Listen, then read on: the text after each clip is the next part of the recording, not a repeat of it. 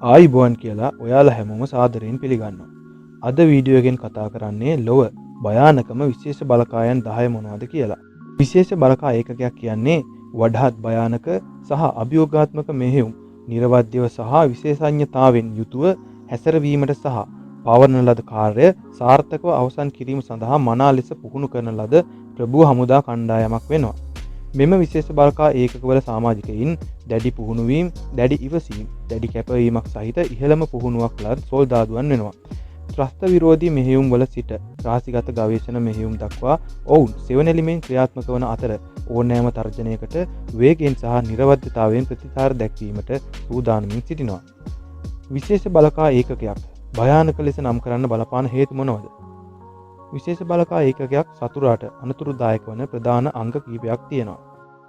එම අංග ලෙස මෙහෙයුම සාර්ථක වීමේ අනුපාතය, දැඩි හා විශේෂිත පුහුණුව, ඝන නාගරික ප්‍රදේශවල සිට කටුක හා දුරස්ථ භූමි ප්‍රදේශ දක්වා විවිධ පරිසරයන්ට අනුවර්තනය වීමේ හැකියාව, විචක්ෂණශීලීව බුද්ධිය එක්රැස් කිරීමේ සහ විස්මිත මෙහෙයුම් සිදු කිරීමේ හැකියාව, නිරීක්ෂණ, මෙවලම් සහ විශේෂිත ආයුධ ඇතුළුව උසස් තාක්ෂණය ඵලදායී ලෙස භාවිතා කිරීම යන කාරණා මත එම බලකායන් වඩාත් භයානක වෙනවා.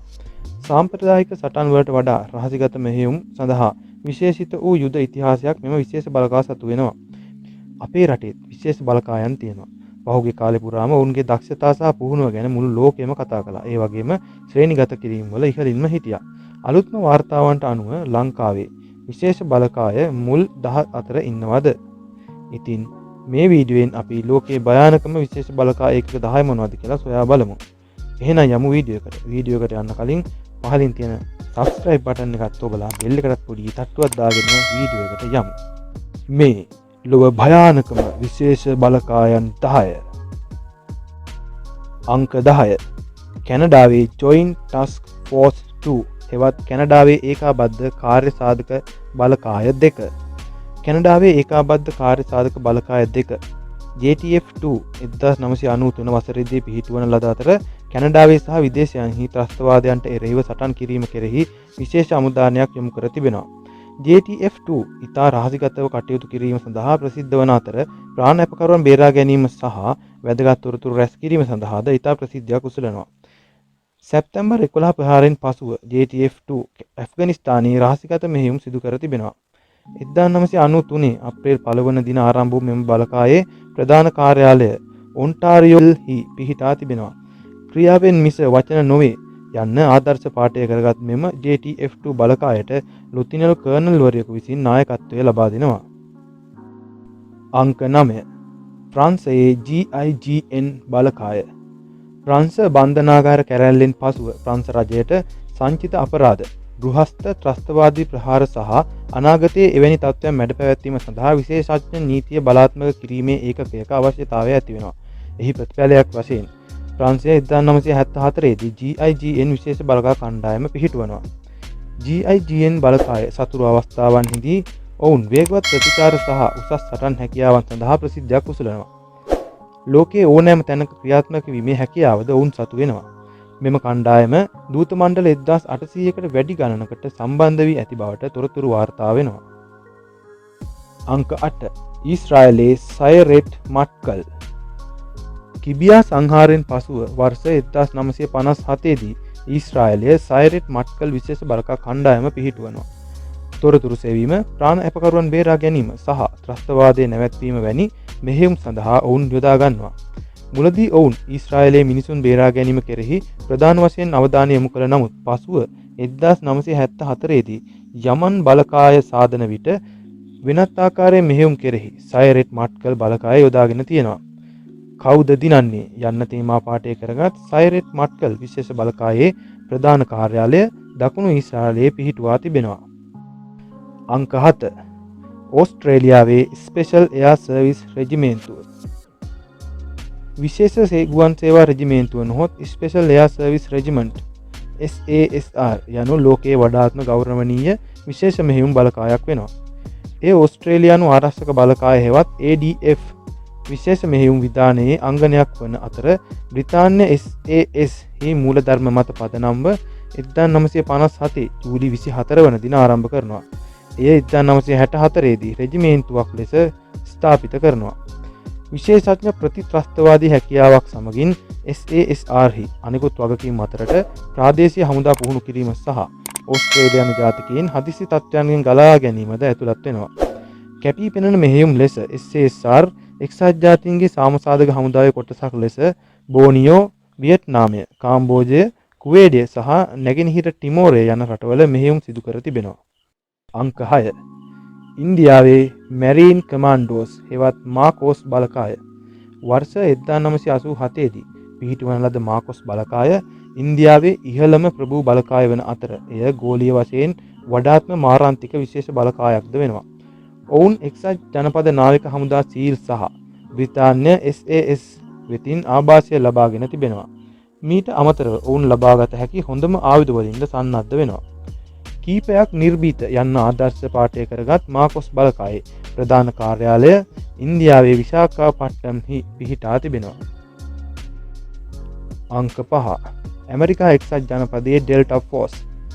ලොව වඩාත් භයානක විශේෂ බලකායන් අතර පස්වන ස්ථානයේ මෙම ඩෙල්ටා ෆෝස් බලකාය රැඳී සිටිනවා.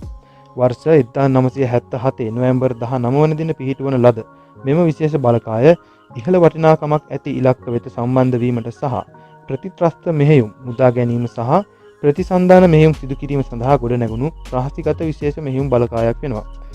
බ්‍රිතාන්‍ය හමුදාවේ විශේෂ ගුවන් සේවයේ හුවමාරු නිලධාරියෙකු ලෙස සේවය කළ විශේෂ බලකා නිලධාරියෙකු වන චාල්ස් බෙක්විත්ගේ යෝජනාවකට අනුව මෙම ඩෙල්ටා ෆෝස් විශේෂ බලකාය ඇමරිකා එක්සත් ජනපදයේදී පිහිටුවා තිබෙනවා. අංක 4. රුසියාවේ ඇල්පා ගෲප් හෙවත් ඇල්පා සමූහය. ලොව වඩාත් භයානකම විශේෂ බලකායන් අතර රුසියාවේ ඇල්පා ගෲප් සිව්වන ස්ථානයේ රැඳී සිටිනවා. ලොව ඉතා අපහසුම පුහුණුවක් සහිත විශේෂ බලකායක් ලෙසද මෙම බලකාය සලකනවා. වර්ෂ 1974 ජූලි 28 වන දින පිහිටුවන ලද මෙම ඇල්පා ගෲප් බලකාය රුසියාවේ ෆෙඩරල් සිකියුරිටි සර්විස් යටතේ ක්‍රියා කරනවා. එය ආක්‍රමණශීලී සහ ත්‍රස්තවාදයට එරෙහිවීම රුසියාවේ නායකයින් ආරක්ෂා කිරීම සඳහා යොදා ගන්නවා. ජයග්‍රහණය සහ නැවත පැමිණීම යන්න ආදර්ශ පාඨය කරගත් ඔවුන්ගේ ප්‍රධාන කාර්යාලය මොස්කව්හි පිහිටා තිබෙනවා. අංක 3. ඊශ්‍රායලයේ ෂෙයටෙට් 13. ලොව වඩාත් භයානකම විශේෂ බලකායන් අතර තුන්වන තැන රැඳී සිටින්නේ ඊශ්‍රායලයේ මෙම ෂෙයටෙට් 13 බලකායයි. වර්ෂ 1964 දී පිහිටවන ලද මෙම බලකාය ප්‍රතිකැරලිකරුවන් සමුද්‍රීය කඩාකප්පල් කිරීම, සෙවීම් සහ ගලවා ගැනීම සහ ප්‍රතිසන්ධාන මෙහෙයුම් සඳහා අතිශයින් ප්‍රවීණ වෙනවා. එය බ්‍රිතාන්‍ය විශේෂ බෝට්ටු සේවය සහ ඇමරිකා එක්සත් ජනපද නාවික හමුදා සීල් බටයන් හා සමගාමීව ලෝකයේ පැරණිතම සහ ගෞරවනීයම විශේෂ මෙහෙයුම් බලකායන්ගෙන් එකක් වෙනවා. අංක 2. ඇමරිකා එක්සත් ජනපදයේ නේවි සීල්ස් හෙවත් නාවික හමුදා සීල් බලකාය. ලොව වඩාත්ම භයානක විශේෂ බලකායන් අතර දෙවන තැන රැඳී සිටින්නේ ඇමරිකා එක්සත් ජනපදයේ මෙම නාවික හමුදා සීල් බලකායයි. ඔවුන් සටන් කිරීම, ත්‍රස්තවාදය නැවැත්වීම සහ රහස් තොරතුරු රැස් කිරීම වැනි දේ සඳහා යොදා ගන්නවා. වර්ෂ 1962 ජනවාරි 1 වන දින පිහිටවන ලද මෙම බලකාය එක්සත් ජනපද විශේෂ මෙහෙයුම් විධානයේ කොටසක් වෙනවා. ඔවුන් ප්‍රථම වරට දෙවන ලෝක යුද්ධ සමයේ පිහිටවන ලද නමුත් වියට්නාම යුද්ධයේදී වඩාත් ප්‍රසිද්ධියට පත් වෙනවා. ඔවුන් මුහුදේ, ගුවනේ මෙන්ම ගොඩබිමේ මෙහෙයුම් වලට ඉතා දක්ෂ වෙනවා. එකම පහසු දිනය ඊයේ විය යන්න තේමා පාඨය කරගත් මෙම නාවික හමුදා සීල් බලකායේ ප්‍රධාන කාර්යාලය හමුදා උභයජීවී කඳවුර වෙනවා. අංක 1. බ්‍රිතාන්‍යයේ ස්පෙෂල් එයාර් සර්විස් හෙවත් SAS බලකාය. වර්ෂ 1941 දී බ්‍රිතාන්‍යයේ පිහිටුවන ලද මෙම විශේෂ ගුවන් සේවා බලකාය ලොව වඩාත් භයානකම විශේෂ බලකායන් අතර පළවන ස්ථානයේ රැඳී සිටිනවා. මෙලෙස මුල් ස්ථානයේ රැඳී සිටීමට ප්‍රධාන හේතුව වෙලා තියෙන්නේ වෙනත් රටවල බොහෝ බලගත් විශේෂ බලකායන් මෙම විශේෂ ගුවන් සේවා බලකායේ මූලධර්ම මත පදනම්ව ගොඩනැගී පවතින නිසා. ත්‍රස්තවාදය නැවැත්වීම, ඔත්තු බැලීම, විශේෂ මෙහෙයුම් වැනි සේවා සඳහා මෙම බලකාය බහුලව යොදා ගන්නවා. විශේෂ ගුවන් සේවය බ්‍රිතාන්‍යයට සේවය කරන පැරණිතම සහ හොඳම විශේෂ බලකායද වෙනවා. ඉතින් ඔය විදිහට තමයි ලෝක බලවත්ම මෙන්ම භයානකම විශේෂ බලකායන් 10 නම් කරලා තියෙන්නේ. හුඟ දෙනෙක් බලන ඇති කෝ අපේ රටේ විශේෂ බලකායන් නැද්ද කියලා. ඇත්තටම පළමු 20 අතර නම් නැහැ. නමුත් 2019 ඉඳන් 2021 අවසන් වෙනකම්ම මෙම ලයිස්ට්ේ 3 වෙනි තැන රැඳී සිටි අපේ විශේෂ බලකාය. මේ ලිස්ට් එකේ නැති වුණත් අපිට අපේ රටේ කොල්ලෝ ටික වටිනවා. ඒකනේ ඇත්ත කතාව.